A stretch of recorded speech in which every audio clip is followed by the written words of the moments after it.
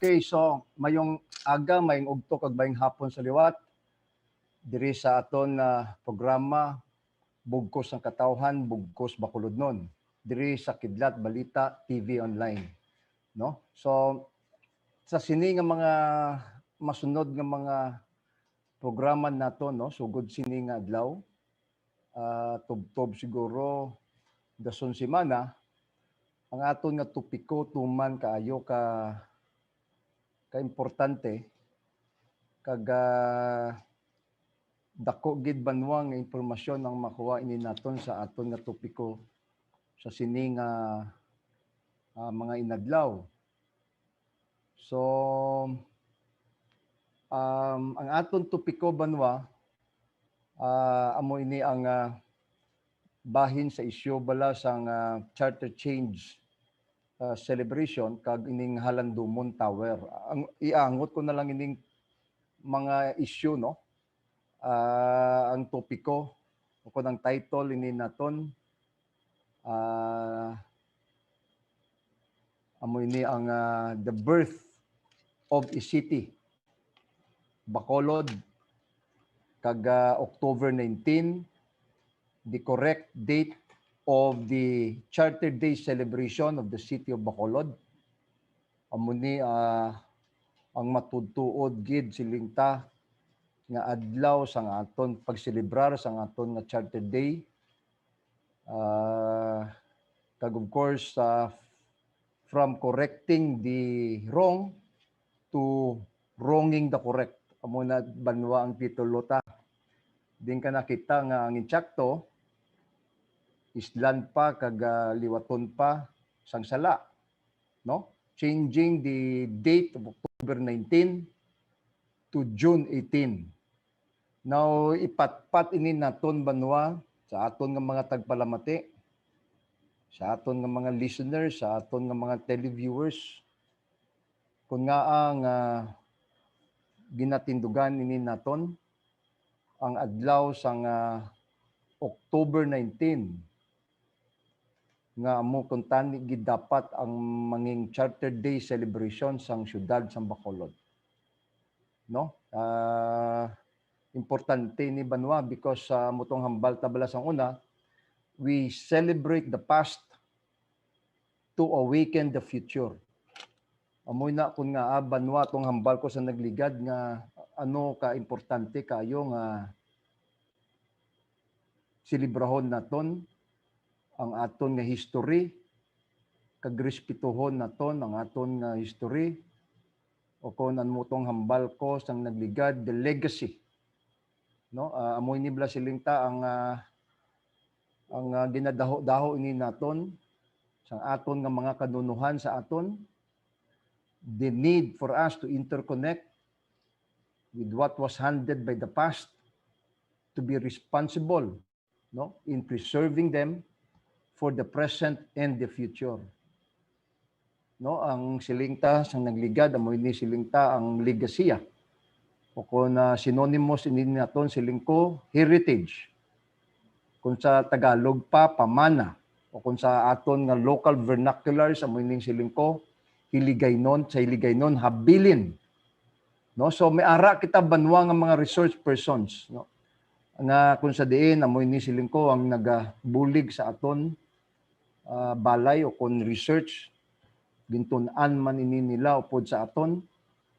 And so therefore ang aton nga mga resource persons would include the following, no? Ang aton nga primo ko kag ginakilala ini di siya sa Negros Occidental as the genealogist. Hindi lang naga research sang mga family tree, kag of course relative ni siya sa mga Hernais, sa mga Montilibanos kag sa mga Gonzons, no? Why did I mention the three names of family names? Because ang Hernais, the family Hernais amo ini siling nila ang author sang among layi dira sa may kongreso, kag amo man ini banwa ang nagbasa sang inaugural nagbasa sang inauguration, pag-inaugural sang siyudad sa Bacolod, sang nagligad nga October 19, 1938. Why did I mention the Montilibanos? Because the Montilibano, or the first mayor of the city of Bacolod was Mr. Piding Montilibano, no? Kagaya nagpungko ini siya officially as mayor of the city of Bacolod last October 19, 1938. And why did I mention the Guanzon? Because Baloca Banwa ang nag-author sa among ordinansya sa lower house o sa kongreso. Amo ato sadto anay ang aton nga congressman nga amo si Congressman Roming Guanzon. So these three individuals played a pivotal role nga ang ginkabig gini naton ang October 19 as the real day celebration of our Charter Day anniversary. Not October 19, not June 18, mga utod ko. No, so he considered also himself as just an avid fan of history. I am referring to no less than my primo, Mr. Ramon Severino Cunlo. No, base banwa sa iyang extensibo kayo, very extensive research, tuon or extensive work na ginubraya sa sini nga isyu banwa. Amoy ni banwa ang akon man isa ka kondak ko nga ginabasihan nga kung nga nagsiling kita that October 19 is the exact, the real Charter Day celebration sa siyudad sa Bacolod and not June 18. Contrary banwa sa ginatindugan sa aton nga mga opisyales sa aton siyudad. So ang kadua naton nga resource person, primo ko man, kaga ginakabig ni siya banwa as first of all, a professor in social science. And Jose Rizal, nagtudlo ini siya sang subject diri sa tuanay sa Bacolod City College kag sa Riverside College. Amo ini ang social sciences kag amo ini ang Jose Rizal. An historian in his own right, no? Kag of course writer ini siya sang Negros Daily Bulletin. Ang akon man nga primo nga mo si Mr. Gil Severino, member sang Negros Historical Commission Council. Kag ikatatlo banwa amo ini ang ginakabig naton nga institusyon to as far as the academe in the province of Negros Occidental is concerned. Magkabig man naton nga historian diri sa Negros Occidental, and he is also likewise a member of the Negros Historical Commission Council diri sa Negros Occidental, Bacolod City.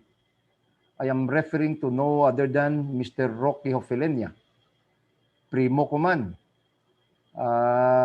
So amo ni banwa ang aton nga mga resource persons who in their own right, by the way, mga utod ko, may ara ya sang ilaman nga ikinimatarong bala nga may baluan ang history sang siyudad sang Bacolod. So amoy na banwa ang aton nga topiko sa sini nga mga sunod nga mga programa naton, just to at least somehow emphasize bala that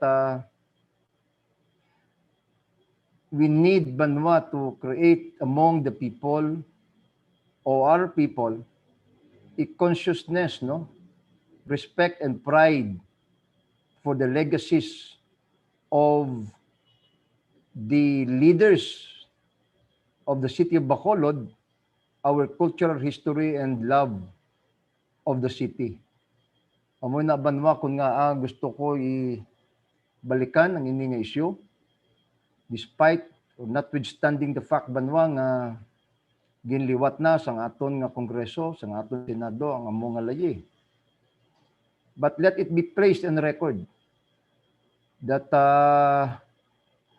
our legislators, our congressmen, our senators erred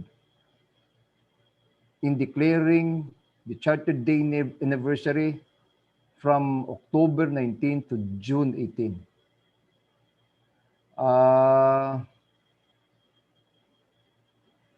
So therefore banwa mo na siya ang aton nga topiko. Now before I proceed banwa, allow me first to inform you kung ano activities ta sa nagligad lang nga Sabado. No?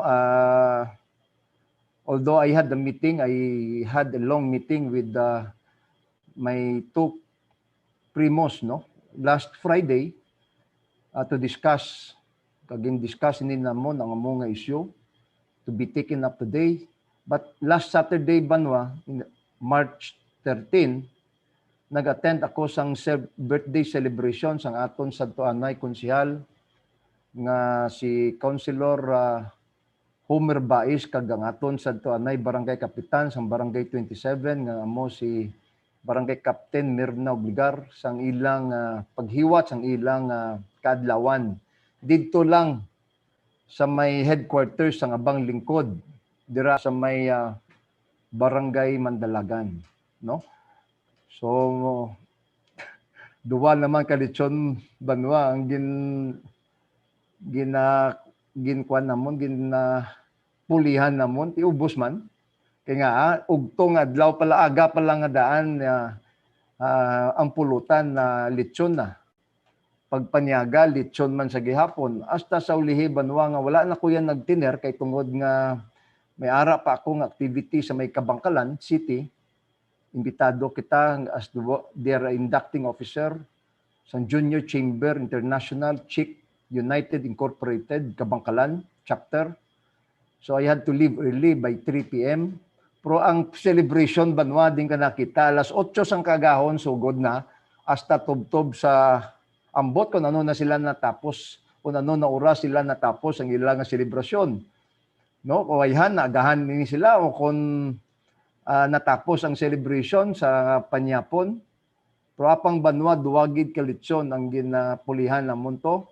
Kag of course, may araman nga mga putahe nga ginpamitbit abid, nagdala kuya sang litsyon manok, 5 kabilog, kag may mga jutay pagid nga mga putahe nga ginpanala ang aton nga mga kopdanan man lideres diri sa may Abang Lingkod. So again, happy birthday sa aton nga mga halangdon nga mga celebrants, Councilor Homer Bais and Barangay Captain Mirna Obligar of Barangay 27. Now, sa sinaman gabanwa nga adlaw, Sabado, imbitado kita silingko sang induction sang JCI Chicks United Incorporated Kabangkalan dito mismo sa Kabangkalan City. So my wife and I drove all the way to Kabangkalan.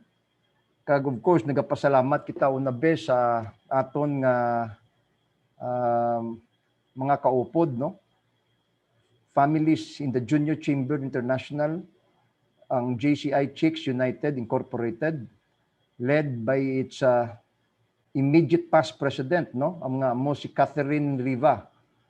Kag of course ang aton nga incoming president nga mo si Gerard Jones Arboleda. So I wish them congratulations and I wish both of them the best of luck. Isa ina banwa katuig nga pag lead sa among nga chapter. And of course, I would like to also extend my thanks to the Regional Vice President all the way from Iloilo.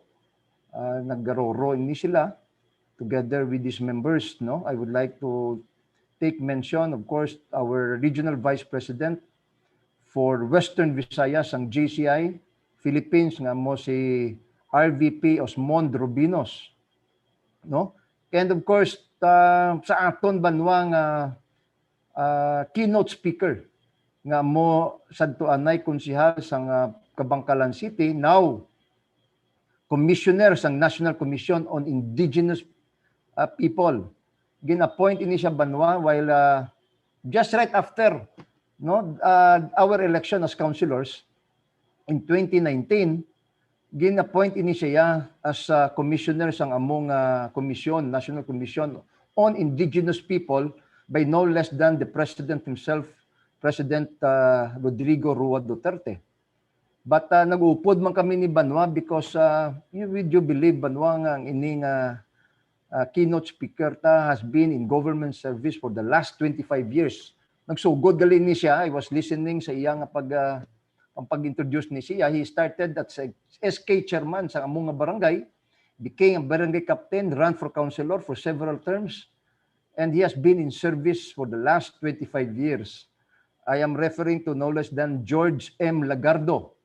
Nag-upod gali kami ni ambot, Mariel, nadumduman mo ni siya. Nag-attend ini gali siya man sang nagkuha man ini siya sang Philippine Councilors League Academy. Nagkuha ini siya masteral siya, kag of course kita nag-host ini di sa ilang sang tang nga tuon ini di sila sa syudad sa Bacolod. No, ang aton opisina. I was the vice president then of the Philippine Councilors League, so I was the one nga nag-akomodar ini sa ilang klase while they were in Bacolod City. And of course, limpot man lang Banwa ang mensahe ko aside from being their conducting officer. You know, ang kwan bala Banwa, I refresh their memory because in the past, siling ko, the relationship or the interrelationship between JCI Bacolod kag ining JCI Bangkal Kabangkalan chapter is always siling ko riddled with the rivalry, extreme rivalry. Amo na kun nga Banwa nga when I ran as National Executive Vice President, I was running against a fellow Negrosanon. Amoy ni siling ko ang taga Kabangkalan, Bangkal, Jesus man. So it was a hotly contested down to the wire election siling ko because balo ka Banwa kung pila lang ang gindagan ni Konsyal Gamboa during that election for the National Executive Vice President of the Junior Chamber International Philippines up against a fellow Negrosanon from Kabangkalan, Bangkal, Jesus. You know, kung napilalang ang boto ng gindagaan ni Konsyal Gamboa. But Banwa, me and you know what, eventually Banwa, he also became a councilor of Kabangkalan City. Kasi nung danay lang kami, I ran in 2007, became a councilor. I was told he ran also. And it became a councilor in 2013. So we will be ending our term as councilors, 3 consecutive terms as councilors, also on 2022. How ironic, Banwa. But of course, I'm referring to no less than, of course, their current sitting councilor also, who remained to be my good friend. Although we ran against each other in that election, but again, we continue to remain as good friends. Amoy ni si Councilor Ray Cordero. But again, going back, Banwa, I won that election only by a single vote. Yeah. Down to the wire. Grabe you know what? Up to the last one, we were tied until the last final vote ang ginkas ginbasa nila. Amo na Banwa kasadya sa among nga eleksyon nga duwa. Down to the wire, and it was a hotly contested election siling nila. And amo ta kun nga amo malan to siling ko ang posisyon nga perti kaayo ka close fight. And of course amo na ibala Banwa siling ko it was a rivalry. Amo man Banwa, this is not something this is not something extraordinary because it happens in the family. Kanang balombay ni naton nga both of us are Negrosanon. But you know what? In every family, may aragid din na yan ginatawag naton nga sibling rivalry. Patikas na maye. may sibling rivalry gid na yan siling ko, and this is normal. But anyhow, madwa, ang message ko ya sa ila, amoy ni pagpabalo sa aton nga mga bag-oy ni sila mo, they are only celebrating their 9th inauguration ining JCI Chick United Incorporated. Nga siling ko nga kabay pa nga your relationship with my chapter now, which is JCI Bacolod, will be that of siling ko of mutual cooperation and healthy competition. Medyo makapoy man to banwa din ka nakita, you know. So not anymore siling ko of extreme rivalry, no? Healthy na ang competition siling tati dapat naton kag of course it will be of mutual cooperation now. So amoy na banwa, naamot lang ko, I had to recall this because even long before I ran in that position, amo na ini banwa ang relationship or interrelationship of these two chapters. You know, gin-create man ini sila in the 1940s. Siguro maybe because that the length of time that we created our respective chapters were almost on the same time, no? Early 19 or late 1940s. Kag that has always been the case. Mamuna siling ko bala sa ilang gindaho lang ini naton sa akon man nga mga former GCs nga nag-recruit sa akon. And I was opened up sa sining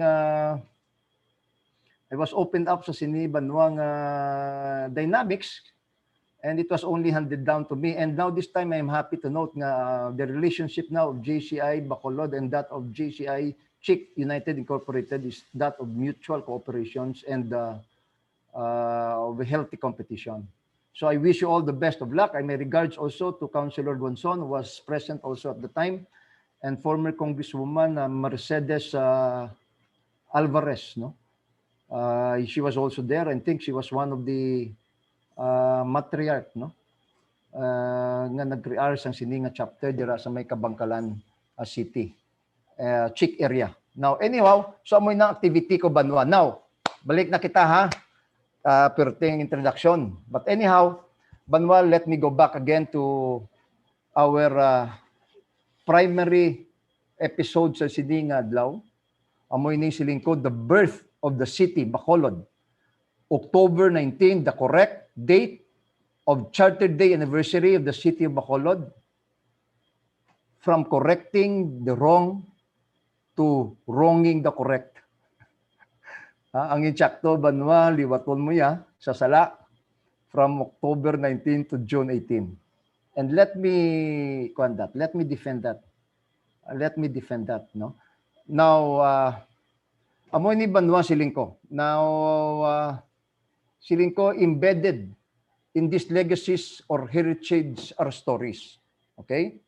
Siling binaton na some are good that we need to relive today, and some are bad that we need to judge or eliminate today. Siling ko, ang bot ko silingon banwa nga we need to learn from history. Now, if we don't have knowledge, wala kita bala sang jutay nga ihibalo or jutay nga apresyasyon or pag-apresyar abe o kung pagtuon or sheer awareness, no, of this heritage, either bad man or good. Silingon taabi or these legacies, no, embodied in our history, it will be reflected siling ko on the way we live our lives today and how we will course our lives for the future generation. Amoy na banwa siling ko kung nga importante kayo nga tun-an gid naton ang aton and respetuhon gid naton ang aton nga history, ang naton nga siling ko heritage or legacies, no? Butang tabi hemplo ha para ma-apresyar ni naton ang aton nga bot silingon ni Konsyal Gamboa.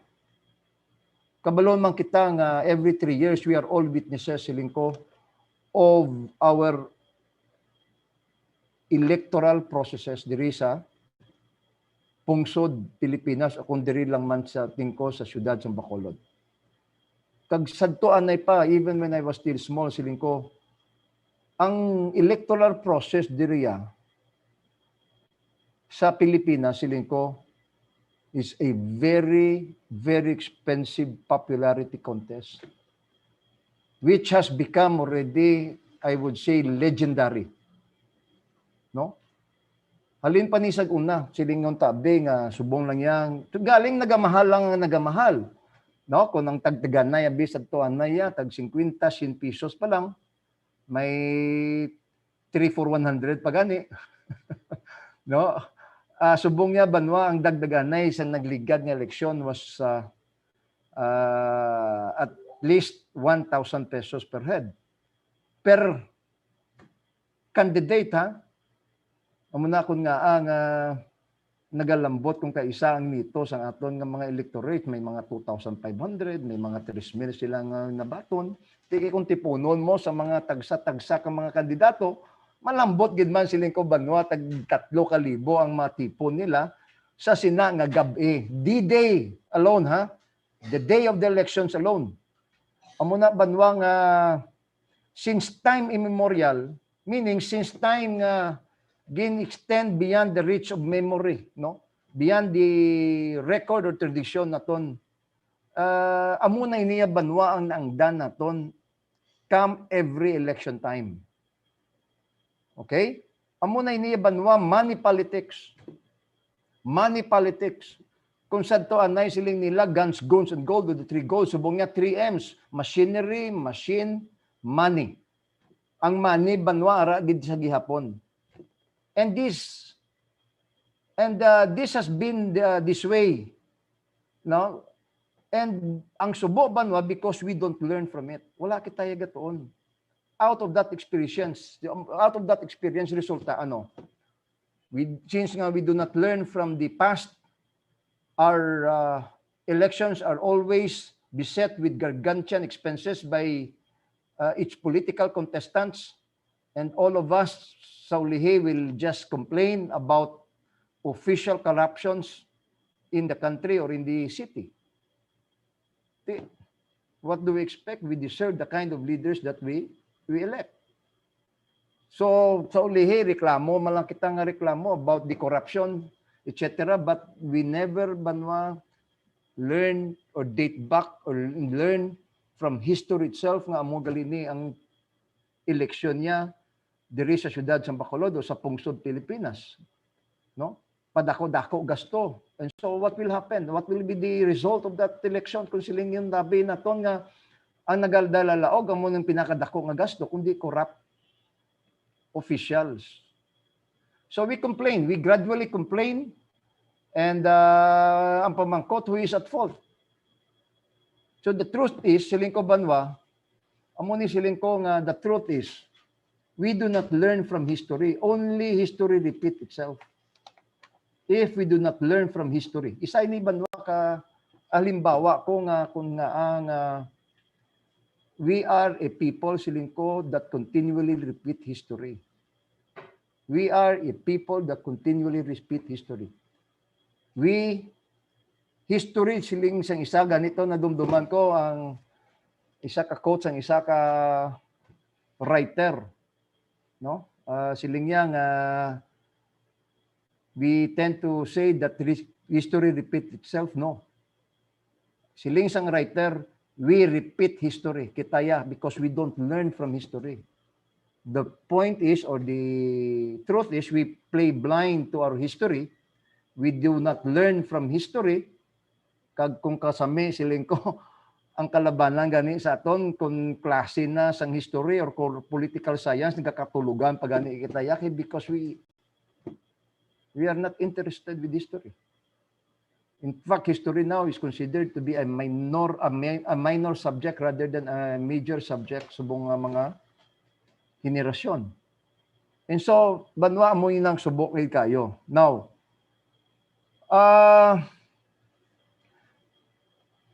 ini banwa nga pagbaylo nila sang aton nga history. Would you believe banwa dugay na nila ginplano to as early as May of 2017?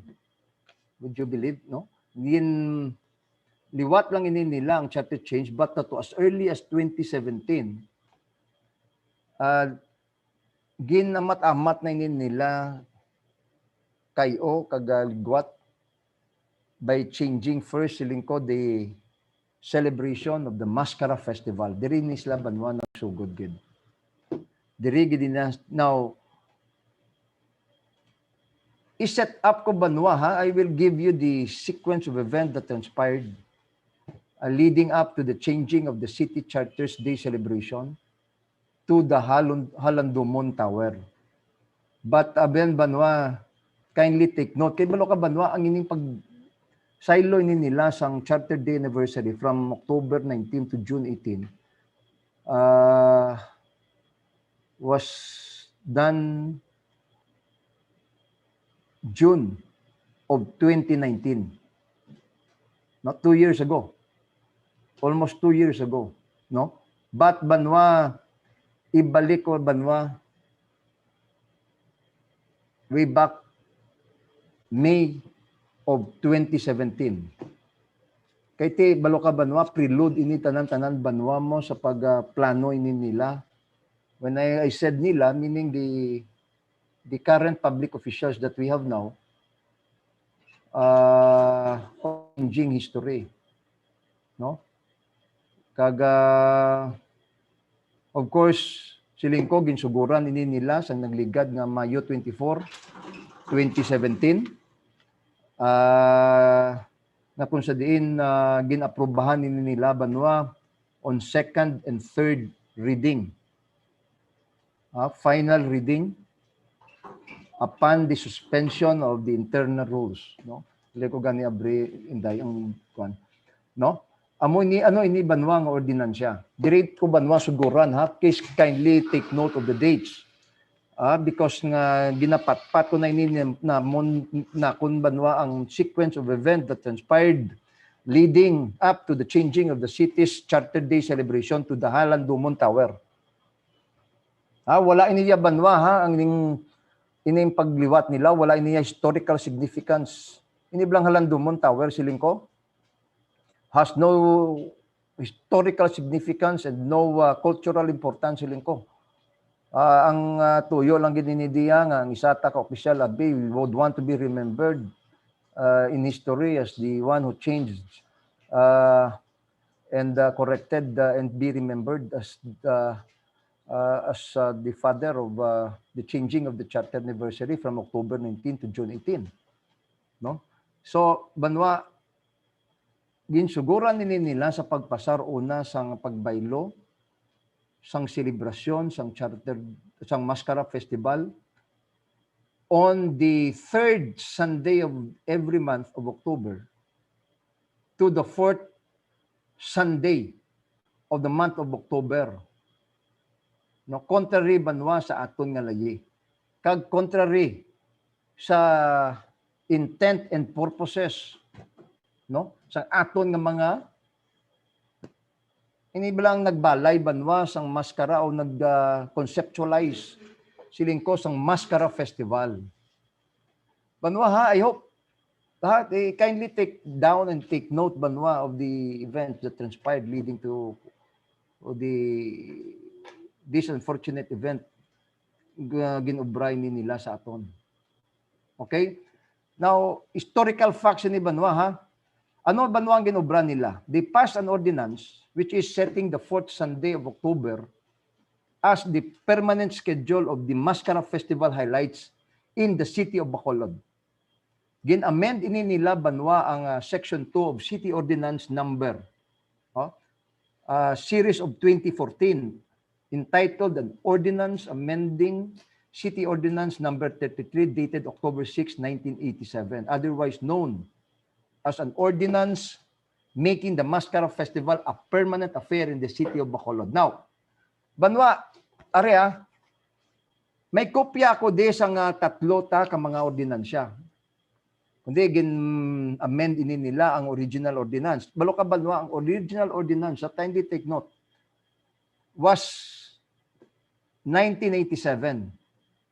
City Ordinance Number 33 dated October 6, 1987. 87 pa ha. Ano ini di banwa? An ordinance making the Mascara Festival a permanent affair in the city of Bacolod. So anong hambalin ni Dave Banwa sa sining ordinansya? Section 2. The Mascara Festival shall be held 1 week before October 19, which is the charter anniversary of the city of Bacolod. Okay? So in other words, Banwa nga ang Mascara Festival is just part of the celebration of the October 19 Charter Day anniversary of the city of Bacolod. Kag Banwa, ginbuslan naman ini sang bag-o pagid nga ordinansya dated September 16, 2014. Na kung sa diin gin-amend pagid ini nila silingta ang nagligad nga ordinansya at noong 1987 nga ordinansya by what? By an ordinance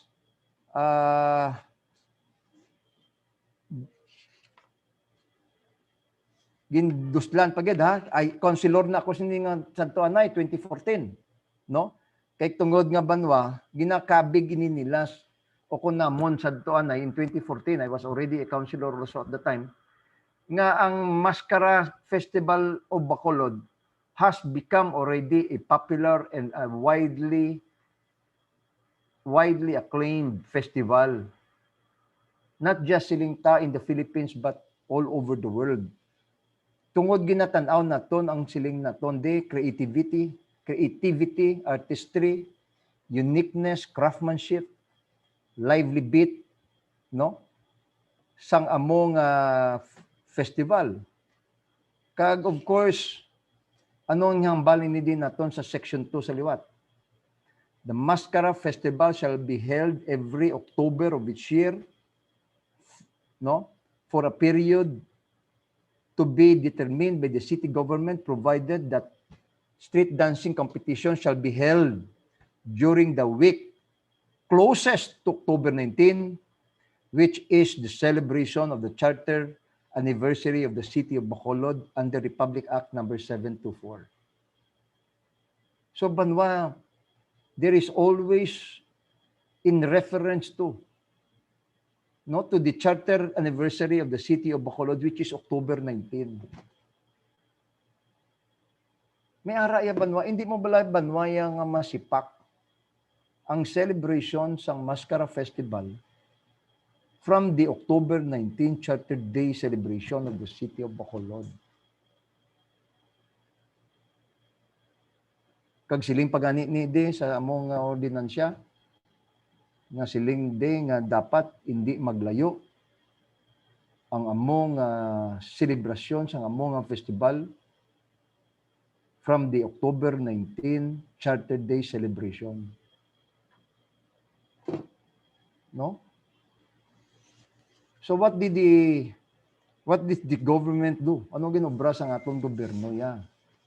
Banwa, ipakita ko inyo sa inyong schedule kindly I am asking June Diboon, kindly show to our televiewers the table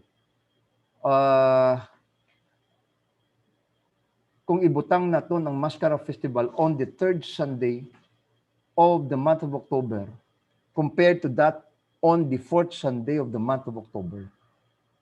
Kung ano Banwa kalayo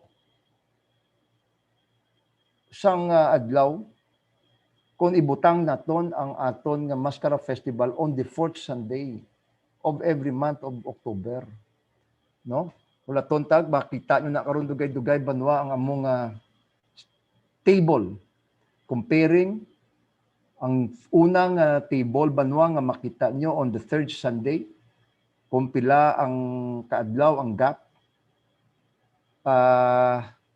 comparable naton sa fourth Sunday kung pila kaadlaw ang gap from the October 19 Charter Day celebration of the city of Bacolod. Di ka klaro kaayo Banwa nga ang hambal sang among ordinansya nga siling nga kung magselebrar kita sa aton nga Mascara Festival, which is the highlight of the Charter Day celebration, it should be held closest to ang pinakamalapit sa October 19 celebration of our charter anniversary of the City of Bacolod under Republic number 724. Tingin pamangkot nga agin saylo ni naton, no, ang aton nga Mascara Festival on the 4th Sunday of every month of October. Nga layo-layo kayo banwa ho. Tulukan nyo banwa ang table. Layo-layo kayo. Oh, some of them is 8 days away from the October 19 celebration. May ara gani 9 days. Compared banwa kung we are to celebrate it on the 3rd Sunday of October, which is butang taho, tag-isa lang kadlaw yung diferensya. Tagduwa lang kaadlaw ang pinakadako siling ko. Isa-isa ka beses, 3 kaadlaw. Amoy ni banwa ang kun nga ang ginoponiran ko kung nag-abstain ako banwa sa sining ordinansya. Because nga in fact banwa nag-deliver pagani ko sa ila sang privilege speech.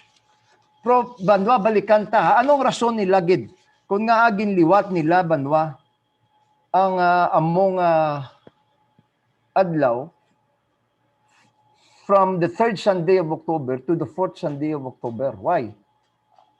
Ari banwa ho, I was councilor also way back in 2017. Siling nila the setting of the Mascara Festival highlights on the 4th Sunday of October as a permanent schedule will help people across the world make travel plans based on a fixed schedule. Why? Kung we set it on the 3rd Sunday of every month of October, hindi ba lang nila ma-set beforehand ang ilang travel plans based on a fixed schedule of every 3rd month of every 3rd Sunday of the month of October? Di ba? Tapos hitting siling ko 2 birds with 1 stone. Gadto ni di sila on the 3rd Sunday. Not only will they experience the Mascara Festival, but also experience likewise the Charter Day celebration of the City of Bacolod. Duwagid gani siling ko event ang makuha kag makita ni nila kung isetgyol nila ang ilang plano sa pagbisita diri sa syudad sa Bacolod. Hindi lang siling ko ang Mascara Festival kundi pati na ang Charter Day celebration of the City of the Bacolod. Ang ikaduwa banwa nga rason nila, the setting of a fixed and permanent date for the festival highlights will also allow balikbayans OFWs and Bacolodnons living abroad to schedule their vacation leave and travel plans 1 year or earlier in advance. Why? Again, hindi ba na nila maplano a year in advance? Ini nga aton nga mga balikbayans, ini nga aton nga mga OFWs to plan their travel in the City of Bacolod. Knowing fully well na ang aton nga highlight festival is on the 3rd Sunday of every October. In line with the Charter Day celebrations ang syudad sa Bacolod. Hindi ako kabalo banwa, I cannot decipher unless of course siling ko ay regali ang plano nila. And I manifested this during the privilege speech na ginhatag ko last June 11, 2017. Dumdumon ta banwa nga ginpasar nilang ordinansya May 24, 2017. I delivered my privilege speech on June 11. No, not barely a month after nga ginpasar nila second, third, and final reading by suspension of the internal rules. And banwa, what is June 11? That was June 13. June 13 gin-deliver ko. Because a day before that, June 12. And what is June 12? Di ba? We celebrate our independence every June 12 of each year. And I delivered my privilege speech on June 13. Or a day after nga ginselebrar ni namon o kun naton ang Independence Day no? Sang pungsod Pilipinas.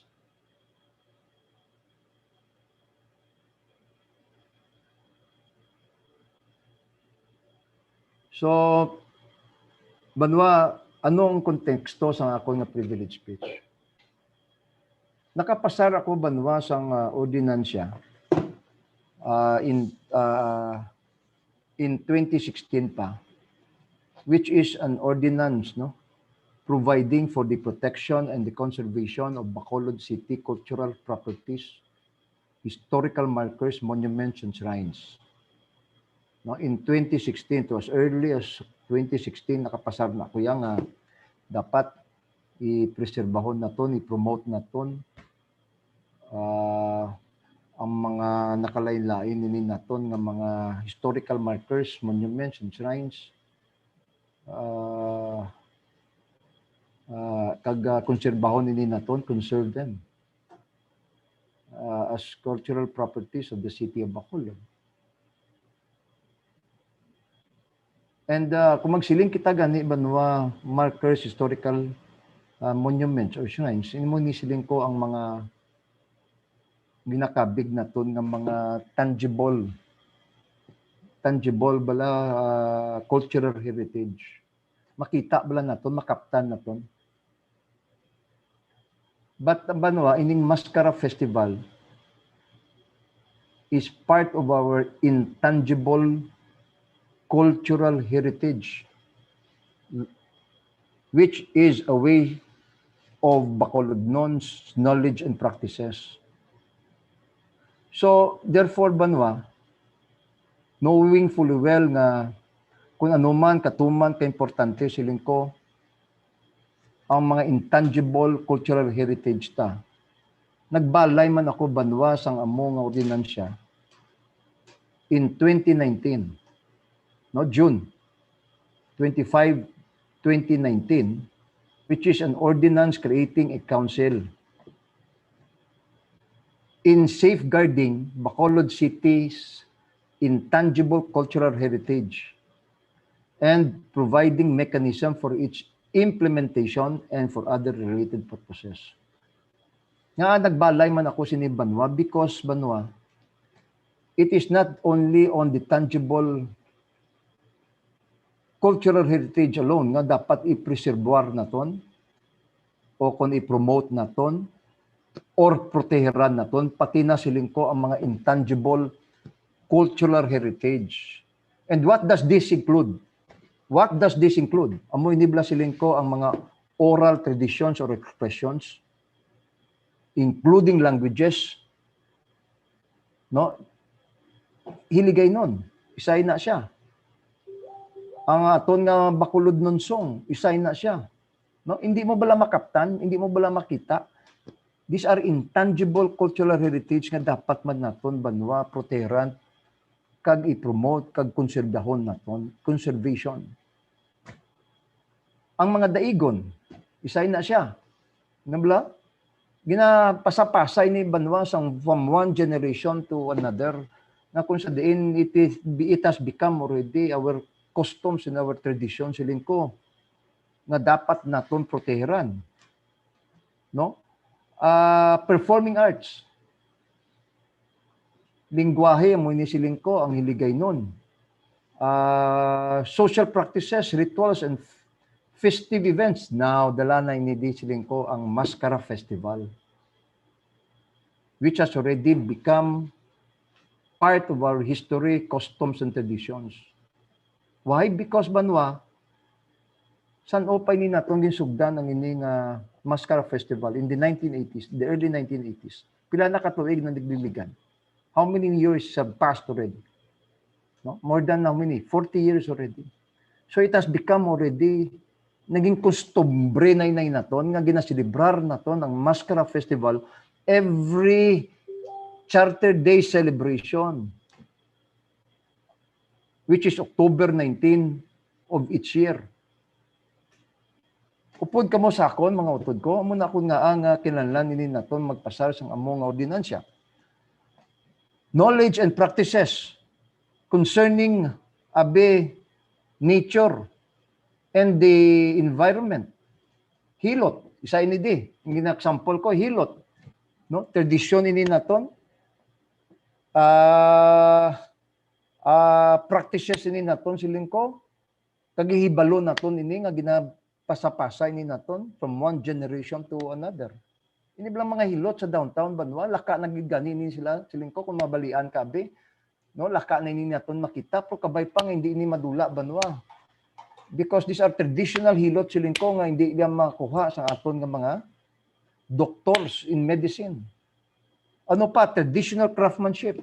Ini bala siling ko pag-ubra bala sang aton nga mga kulon dira sa may barangay Panukoy, isain na siya. Dapat hindi man ina madula. Dapat i-pass on ina from one generation to generation nga kung sa diin ang pagpaubra sang kulon hindi madula. Ang aton nga chicken inasal, isain na siya. No, ang grilling bala ng recipe sang chicken inasal. We are known to be the chicken inasal capital diri sa pungsod Pilipinas. No, ang pinakanamit siling nila nga chicken inasal ari diyan sa aton diri sa Bacolod. Because it was actually became more popular here in Bacolod rather than sa ibang nga lugar. Ano pa, ang Bacolod shellcraft and arts making. So these are things siling ko Banwa, these are the intangible cultural heritage nga dapat naton proteran, konserbahon, kag dapat i-promote ining gani naton. So I passed that ordinance Banwa way back in 2019. Now, although siling nila nga ate, in fact, I defended that ordinance, no? Madugo ang pag-protect o kung pagdipinsa ko sa sining ordinansya Banwa because I don't know, maybe because nga this might be siling nila an avenue nga maunsyami pa ang pagsaylon nila sa Charter Day celebration sa aton nga syudad from October 19 to June 18. Because ini Banwa nga Mascara Festival falls under the intangible cultural heritage. So, gindipinsahan ko to Banwa ha. I dispel any insinuations by some members of the council that siling nila is a mere surplus. Ano tong term nila is a mere surplusage. Duplication lang sa Republic Act 166 o kung otherwise known as the Natural or the National Historical Cultural Heritage Act of 2009. Nga siling nila, duplication lang ang imong ordinansya. Ara naman na siling nilang na makita ta sa National Cultural Heritage Act of 2009 o Republic 10066 siling nila. No. Gindipinsahan ko ini Banwa kay because siling ko, I in fact personally wrote the arts chairperson Virgilio S. Almano for his comments siling ko and their comments regarding this issue. Kag nangayo Banwa ako sang advice sa ila whether or not this said ordinance siling ko may ara bala nin siling ko pamangkot ko sila any legal bearing in protecting and preserving the intangible cultural properties of the city of Bacolod. Kagayhan siling ko, base bala ini tining ko sa aton nga national law, nga kung sa diin, usar ko ini siya specifically for our local ordinance. Will this be siling ko, ipamangkot ko sila, i-violation siling ko of our existing national law? Or ayhan pala pamangkot, amo man ang arguments ng iban ko nga mga kapdanan nga siling nila, surplusage lang ini siling nila, nga may ara na kita sa national law. And so therefore, Banwa, pamangkot ko gidya, I wrote the National Historical Commission, the chairperson of the arts, nga mo si Mr. Virgilio S. Almano. Kag comment man ini sila Banwa, kag nagsulat ini sila sa akon balik. And you know what they wrote me, Banwa? No, considering the fact nga kung tulokon balik naton Banwa, kung tulokon naton ang Cultural Heritage Act of 2009, may isama lang itong banwa nga gin-mention regarding the intangible cultural heritage. Sila mismo banwa, even the national law itself, wala ya banwa nga gin-id-id nila, kagin tutukan gidinin nila, siling nila gani sa akon ang issue about the intangible cultural heritage. Because there was only siling nila sa akon, but base man sa akon nga ginbasa sa sining Republic Act, there was only one section referring to the intangible cultural heritage. Amoy ning section 19, which states that this appropriate siling nila cultural agency shall closely collaborate with the UNESCO, National Commission on the Philippines, among others, and that UNESCO Philippines shall continue to take the lead role in implementing these provisions of the UNESCO Convention for the safeguarding of the intangible cultural heritage. Kag nothing more. Amo lagi din na. Din kakita banwa sa kadamol nga layi. There was only one reference, one section related to the intangible cultural heritage. Ano ang balbala nila banwa sa akon? I can show you the letter. I can show you the letter siling kung sa diin. Because gani siling nila of this ordinance, the national or the NCCA, no,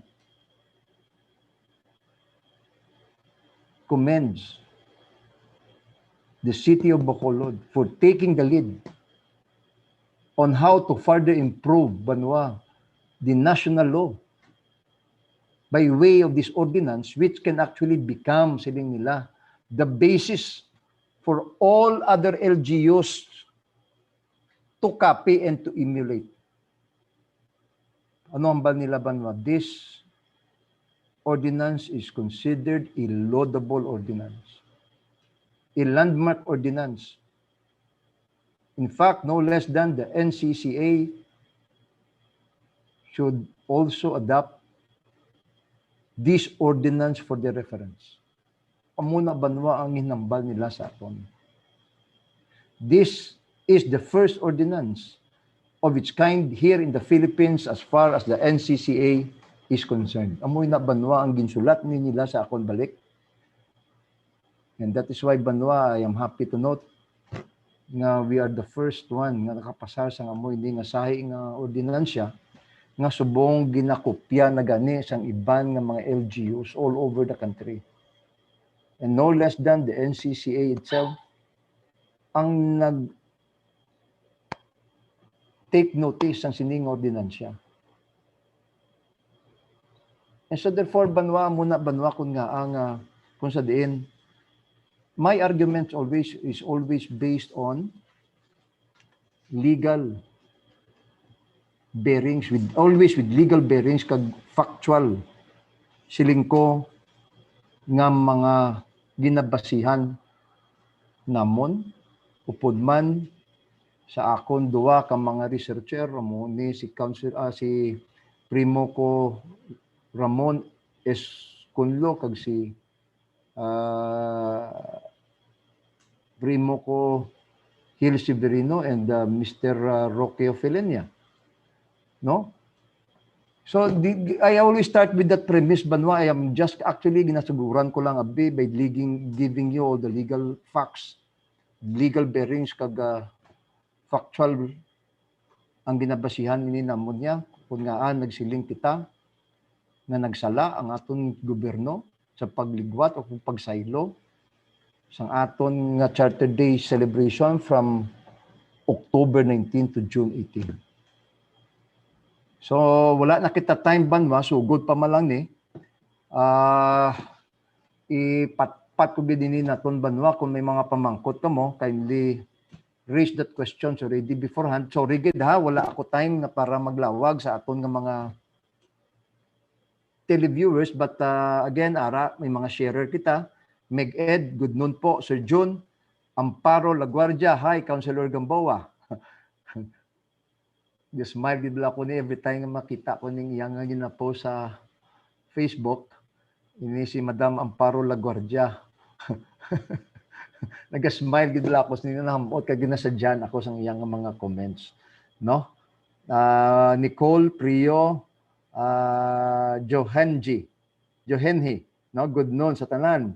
May Pisalbo, Mary Ann Rosales, say no to vote buying. Yes, I agree. Mutong hambal ko kagina, we never learn from history. Now, Eleanor King, Change for Better Bacolod is with us. Jean Naan Lopez, good noon, Councilor. Christian John Weber, Sir, mayong hapon. Mary Jean Bautista, hello, Sir John, more power. Maricho A. Rivera, Rose Prio Nicole, kag of course, Eleanor King, October 19, siling niya. Charter Day celebration and historical events proceeding and proceeding must from it is a tradition. Therefore, any intangible cultural heritage protected by your ordinance. Yes, that is correct. Because nga may ara na kita banwa ordinansya, siling ko, not unless siling ko nga dulaon naman nila ang ini nga ordinansya banwa, but this intangible cultural heritage, including the Mascara celebration banwa, has to be preserved, protected, and be promoted.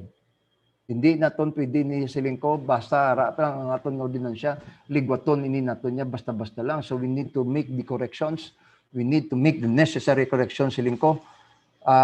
Just to be factual and truthful about our history. Okay, so wala na kita time, ha? Buwas naman nga adlaw ba, no? Sigihon ko ni.